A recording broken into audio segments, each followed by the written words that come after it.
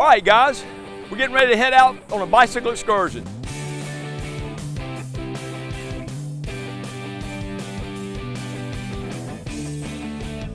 And I thought being a tour guide would be a lot of fun, and it was. So when I got down here, first thing I did, I got a job being a tour guide, and it was a lot of fun. And so I've been a tour guide for, almost a year and a half or so, almost 2 years. One time I had a family and a couple of young people and the parents, and those guys were just interested in everything. They wanted to see everything, and so we rode around, and they were interested in the history. Of course, the kids weren't interested in the houses as much, but they were very interested in the history, and so we talked about that, and they really learned things. On that particular tour, when it was over, we even got some sandwiches and set out by the fort, and the parents asked me to quiz the kids, and the kids made 100 on all of it. So that was a lot of fun. I've had just couples, 2 people.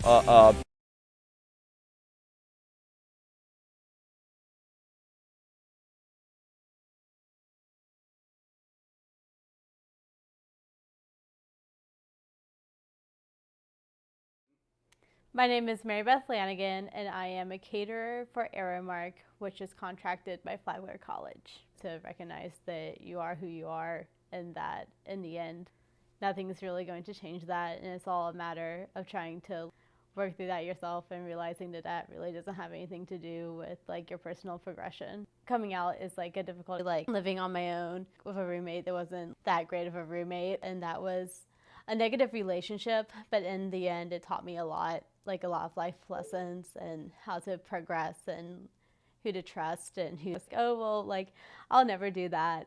But then once you actually go to these jobs and work in. I'm Captain Carlos Abalese of the St. Augustine Fire Department.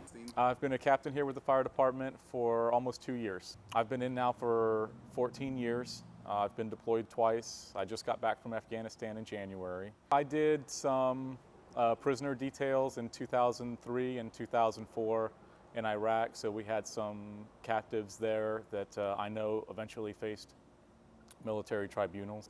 As a captain in the fire service, I have not ever been educated in military tribunals. As a military police officer in the U.S. Army Reserve, I have been. I think it's a really touchy subject for the most part. You have to walk a really fine line between national security and the importance of keeping certain things out of the public eye, and then also being responsible with how you're dealing with prisoners of war or captives from other countries. I think it's controversial at best, because in today's day and age, with the amount of transparency that we have and the amount of transparency that the general public wants in terms of their media coverage, I think it's at best controversial, but again, it's all about kind of walking that fine line of being responsible while at the same time understanding that there are, certain missions that need to take place. But I think what it all boils down to is public policy and politics. So I think that just kind of finding that harmony or that balance between the two is what ends up being so difficult. I think depending on the level of the person that you're dealing with, I don't have an issue with it being kept from the public. So if they're following guidelines, if they're not violating any Geneva Convention rules, then at that point I don't have an issue with it. And then you're also talking about taking people that are non-U.S. citizens and are you garnishing them with protections under the U.S. Constitution when they're not really U.S. citizens? So it's just kind of a gray area for me. The best course of action would probably be to get into contact with somebody that would have access to it. It's difficult to get anybody from the Department of Defense probably to issue a statement in regards to it, but I guess you would start with maybe your local representatives or congressmen and kind of work from there, have somebody that has some political clout that would be able to maybe help answer some questions at that point. There's probably folks up on Capitol Hill that sit in on committees that would oversee such things. I think very little of it actually reaches the public eye. I think When you think of guys like Snowden, I think you're going to get a 50-50 split on what people think. Certain folks will look at him as, a hero for freeing all that information, and other people could absolutely view him as a threat to national security. So I'm probably leaning more on the latter part of it, because I do feel that certain things need to be kept out of the public eye, because that's just how we operate as a government. But really to kind of answer your question more directly, I would tell you that for every one terror threat that you hear about on the news that's stopped, there's probably 20 others that have been stopped early on that you don't hear about. I truly feel that if the general public actually knew how close they came to a terrorist attack every day, that they would be absolutely terrified. To be in Iraq and Afghanistan and see the differences there was pretty amazing.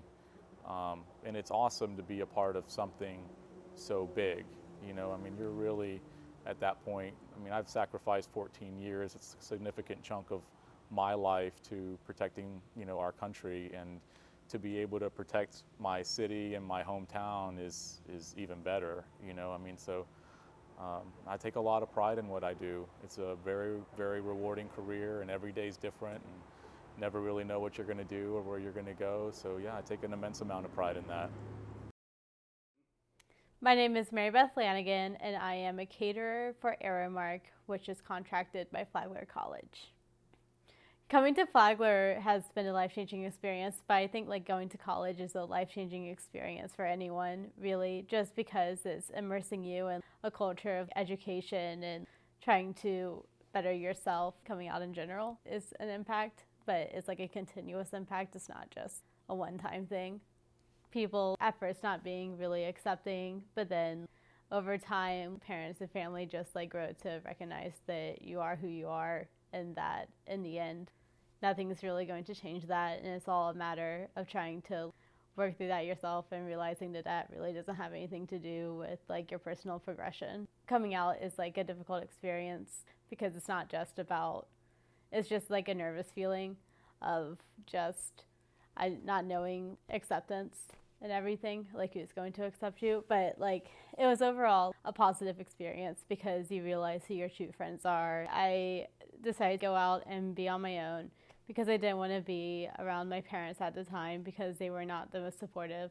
And so I just learned how to live on my own, which was a difficult experience because it is learning new life skills, and that's going to be difficult for anyone. But it was overall an experience I needed to grow as a person.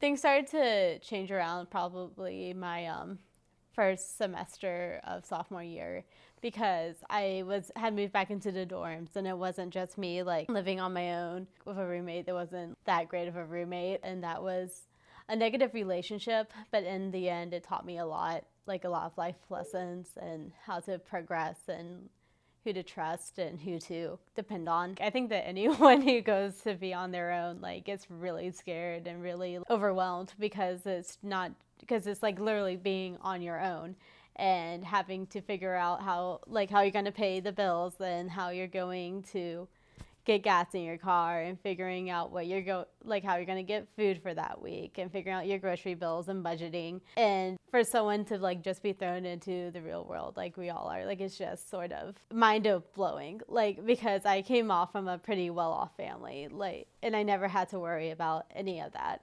And I think that it's a shell-shocking experience for a lot of people whenever they have to go out into the real world and figure everything out on their own without any support. I guess some people expect to be working fast food. I just wasn't really expecting it because I was a huge snob, and I was just, oh well, I'll never do that. But then once you actually go to these jobs and work in this environment, you realize that a lot of your coworkers actually do have college degrees, and a lot of your coworkers are actually in college getting a degree. And so it was another mind-opening experience where it was a lot harder work than it looks, because it's not just about taking an order. It's about stocking and keeping up with the stock and cake orders and catering orders. My family has gotten a lot better over the past year. Whenever I moved back into the dorms, I broke up with the person I was living with, and like that person's no longer in my life. So that like drastically improved my family relationships, and we're really close now, like way closer than I would argue to say, than we ever were before, really.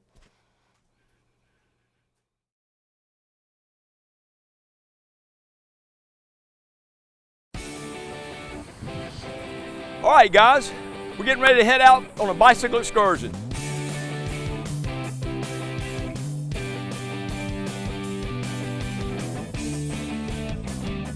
My name's Steve Harden, and I'm owner and operator of Bicycle Excursions of St. Augustine. Bicycle Excursions is a personalized, guided bicycle ride throughout the town of St. Augustine. So I was a contractor for a long time, and then I decided to change careers, and that's when I moved to St. Augustine.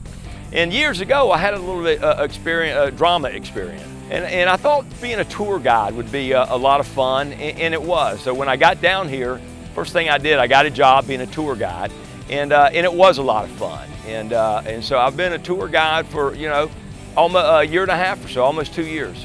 One time I had a family, and a couple of young people and the parents, and those guys were just interested in everything. They wanted to see everything, and so we rode around, and they were interested in the history. Of course, the kids weren't interested in the houses as much, but they were very interested in the history, and so we talked about that, and they really learned things. On that particular tour, when it was over, we even got some sandwiches and set out by the fort, and the parents asked me to quiz the kids, and the kids made 100 on all of it. So that was a lot of fun. I've had just couples, 2 people that enjoy looking at the houses and all that. I even had one time I did an excursion, just another guy. A man was here and had never been to St. Augustine, and I took him. We had a great time. We actually rode for a little longer. We rode about 2 hours and 15 minutes or so, and that was a lot of fun. He had a lot of fun. So it's just open to everyone, and we do what we want to. If we want to go into town and get some ice cream, we'll pedal into town and get ice cream. So it's wide open, man. It's just a lot of fun on bicycles in St. Augustine. We've had a lot of fun. I've done a lot of excursions, and I hope to continue this for a long time. All right, guys, this is it. What a great time. What a great excursion that was. All right, guys, everybody good? Everybody have a good time? Everybody have fun? Hey, what do we say? It's always a good day at Bicycle Excursions. We're going to head into Mardi Gras and have a cold beverage. After an excursion, that's always good.